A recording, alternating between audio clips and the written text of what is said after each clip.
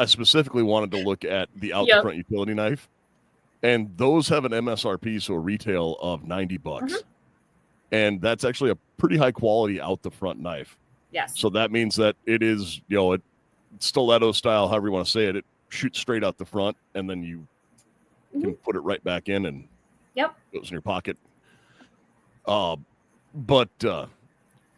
So as I go back and reel back to what I was saying, you're talking about the brands, but we've said like, out the front, or folders or things like that, and cleaver.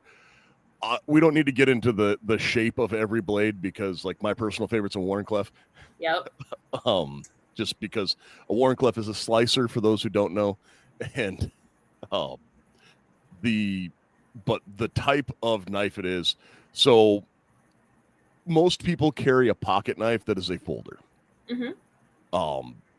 And it's because it's more convenient than carrying a fixed blade that has the same length with a proper sized handle.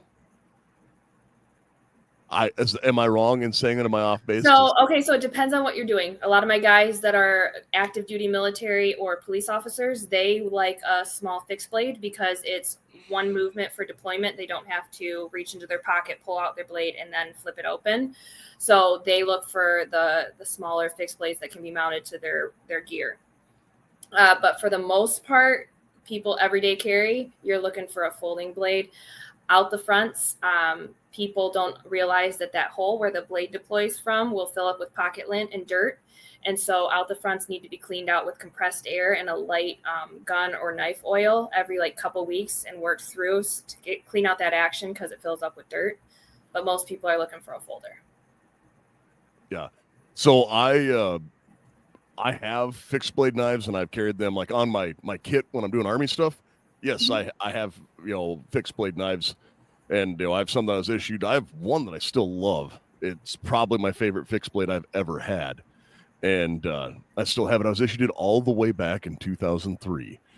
Wow. I was 5, if that makes you feel better. And you haven't lost it? That's impressive. It's really hard to lose this Camillus CQ because it's a It's probably still in the deployment box, just sitting in covered in sand from Iraq. No, it's in my gun safe. I've used it since then because I've gutted elk with it and stuff like that. It's again